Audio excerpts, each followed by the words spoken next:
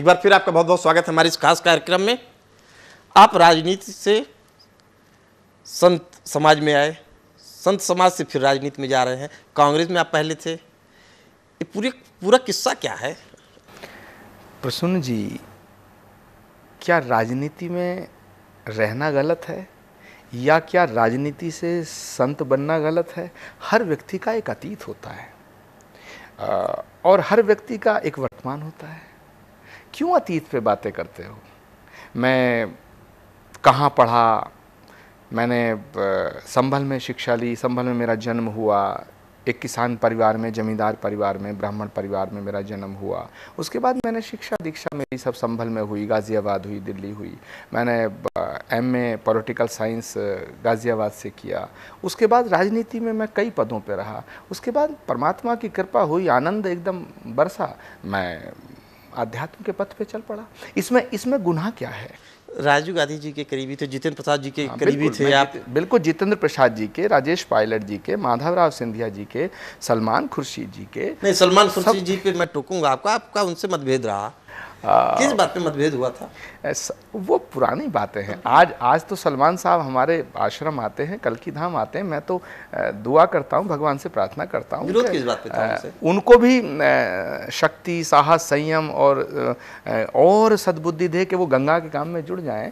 वो उन बातों पे मैं चर्चा नहीं करना चाहता हूँ। लेकिन माना जाता है कि जब आपने चुनाव हारने के बाद जब सलमान खुर्शीद जी से इस्तीफा मांगा था, उसी बात पे नाराजगी थी उनकी। अब आप कुछ भी उसको कह सकते हैं, वो बातें पुरानी हैं। मुझे लेकिन आप अतीत का पृष्ठ मान के उसको भूल जाना चाहते हैं? कोई उस पर नतीजा नहीं है डिस्कशन करने का। लेकिन इतनी बात ज़रूर कह रहा हूँ कि मैं राजनीति में था, ये तब भी मेरे लिए गौरव की बात थी। राजनीति में अच्छे लोगों को आना चाहिए और आज मैं भगवान की कृपा से अध्यात्म के पथ पे हूँ, गंगा के काम में लगा हूँ। तो गंगा को मरती देख लूँ। आप इसे गंगा मुक्ति संग्राम को राजनीति से मत जोड़िएगा। गंगा मुक्ति संग्राम हमारे धर्म का विषय है। हम इसमें अपनी जान लगा देंगे और हम गंगा को मुक्त करा के छोड़ेंगे। संत समाज क्यों इस बात से बचना चाहता है? क्यों राजनीति में नहीं है या राजनीति में सक्रिय रूप से सक्रिय नहीं है? नहीं, क्या गलत है? नहीं, मुझे नहीं लगता। राजनीति में बिल्कुल आने से कोई बुराई बात नहीं है। राजनीति के बिना जनता का कल्याण क्या होगा? लेकिन राजनीति में क्या है कि आदमी जो भी करता है उसके पीछे उसका एक लक्ष्य होता है कि मुझे क्या मिलेगा।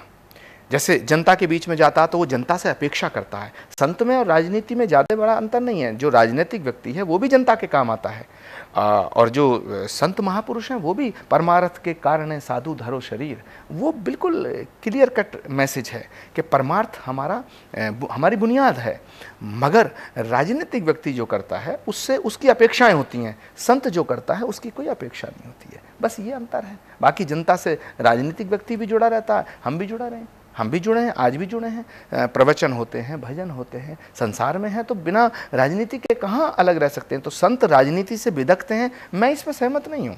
संतों को तो राजनीतिक लोगों को दिशा निर्देशन देते रहना चाहिए। आज भी परसों तरसों की बात है, जगत गुरु शंकराचार्य स्वामी स्वरूपानंद जी के पास में श्री दिग्विजय सिंह जी, कांग्रेस के नेता, वो पहुंचे हुए थे। मैं उनसे गंगा के विषय पर मंत्रणा करने गया था, श्री दिग्विजय सिंह जी वहाँ उपस्थित थे। तो कितने ही राजनीतिक लोग हैं जो संतों से मार्गदर्शन ले रहे हैं, कितने ही लोग हैं जो संतों के आश्रम में जाकर आशीर्वाद ले रहे हैं। तो इसमें क्या हर्ज है? इसमें क्या, आप भी आइए कभी हमारे यहाँ। कितने ही मीडिया के बड़े बड़े पत्रकार लोग हैं, वो भी भगवान के मंदिर जाते हैं, संतों की शरण में जाते हैं, संतों से आशीर्वाद लेते हैं। संतों से किसी को दिक्कत नहीं होती है, उस मनसा पे दिक्कत होती है जहाँ वो छले महसूस करते हैं। ऐसा क्यों होता है? एक्चुअली ये कलयुग है, इसमें कुछ दौर ऐसा आया है। हमारी एक संस्कृति थी बचाने की संस्कृति, कैसे हम लोग बचें, जीवन भी बचे, हम भी बचे, हमारी प्रतिष्ठा बचे, हमारी मान मर्यादा बची रहे। लेकिन एक ये कुछ 10-15 सालों में एक नई संस्कृति डेवलप हुई है प्रसून जी। ये है बिकने की संस्कृति, कि हम कैसे बिकें, हमें कौन खरीदे। इसीलिए इसमें ये धंधा पैदा हो गया है। और अब मैं कहना चाहता हूँ कि इबादत भी इससे अछूती नहीं रही है। इबादत अब तिजारत बन गई है, तिजारत अब इबादत बन गई है। इसीलिए नए नए बाबा पैदा हो रहे हैं, नए नए सब धंधा कई जगह हो रहा है। धर्म की यात्रा जब धंधे तक पहुंच जाती है तब ऐसी विकृतियां पैदा होती हैं। लेकिन फिलहाल कम से कम मैं निसंदेह निसंकोच ये कह सकता हूँ कि आज भी ऐसे लोग हैं जो धर्म के लिए काम कर रहे हैं और जो निस्वार्थ भाव से देश के लिए काम कर रहे हैं। तो ऐसे लोगों का राजनीति में दखल उचित है। आपसे मैं एक बहुत निजी सवाल पूछता हूँ। आप हालांकि मैं जानता हूँ कि आप वो जवाब देना नहीं चाहेंगे, लेकिन फिर भी मैं आपसे पूछ रहा हूँ।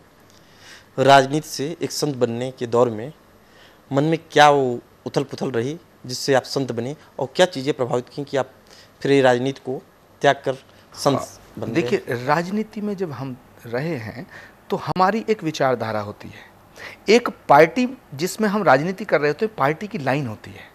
तो कभी कभी क्या होता है कि हम अपनी विचारधारा को ऐसा महसूस करते हैं जैसे उसका गला घुट गया, हम स्वतंत्र होकर बोल नहीं सकते हैं। अगर हम बोलेंगे तो पार्टी लाइन के खिलाफ जाएगा। तो मुझे कई बार घुटन महसूस हुई।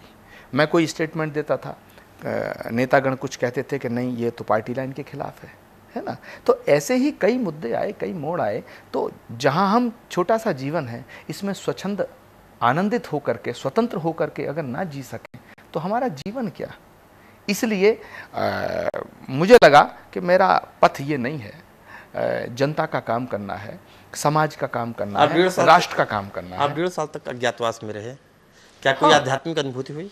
हाँ, 2004 से लेकर 2006 तक मैं बहुत भ्रमण पे रहा। मैं ना किसी से संपर्क में नहीं आया, मैं किसी से मिला भी नहीं।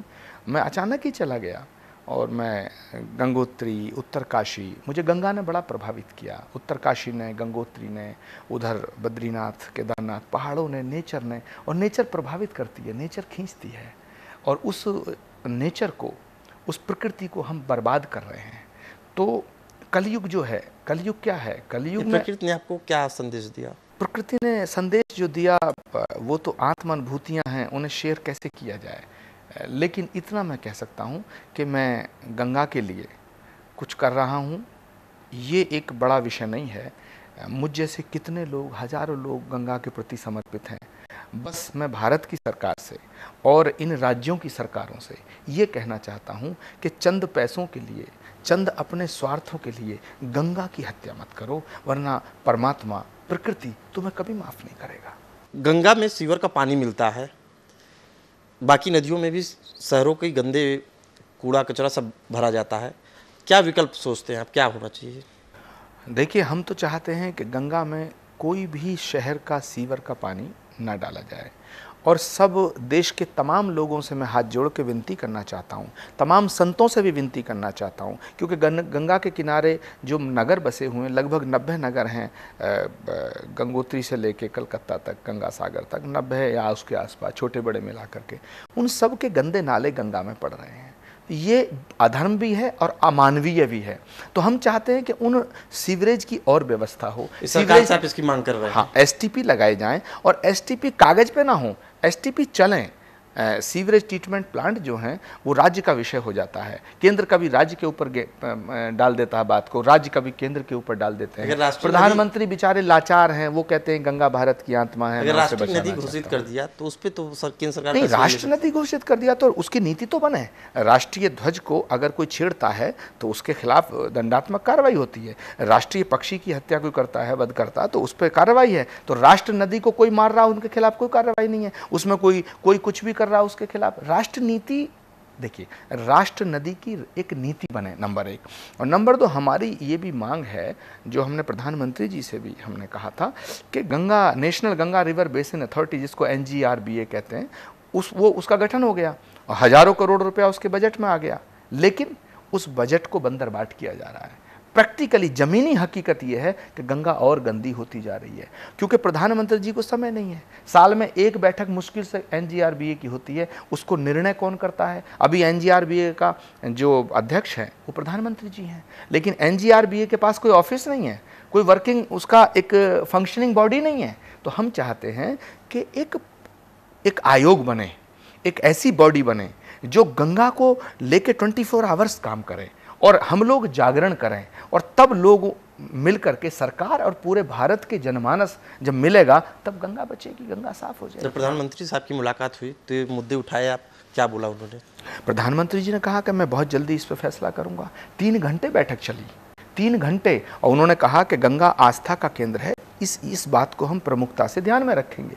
मगर अफसोस इस बात का है कि 17 अप्रैल से आज लगभग 13 और 10, 23, 24 दिन हो गए, महीना होने को है, कोई निर्णय कहीं नहीं हो रहा है। इससे बहुत दुख हो रहा है, बहुत कष्ट हो रहा है, हमको बहुत कष्ट हो रहा। तब मजबूर होकर के हम लोगों ने गंगा मुक्ति महासंग्राम का ऐलान किया, जो 21 मई को बनारस से शुरू होगा, और उसका स्वरूप कितना विराट होगा ये तो परमात्मा के ऊपर है, भविष्य के ऊपर है। गंगा बचाने की मुहिम में मैं अपनी शुभकामनाएं देता हूं आपको। आप हमारे प्रोग्राम में आए, दिल खोलकर बातचीत की, इसके लिए बहुत बहुत धन्यवाद। मैं आपसे भी चाहता हूं कि इस आंदोलन में जुड़िए, सभी मीडिया के लोगों से चाहता हूं कि गंगा मुक्ति में आप कहीं ना कहीं बहुत बड़ी भूमिका अदा कर सकते हैं। गंगा सबकी है, गंगा को बचाना होगा।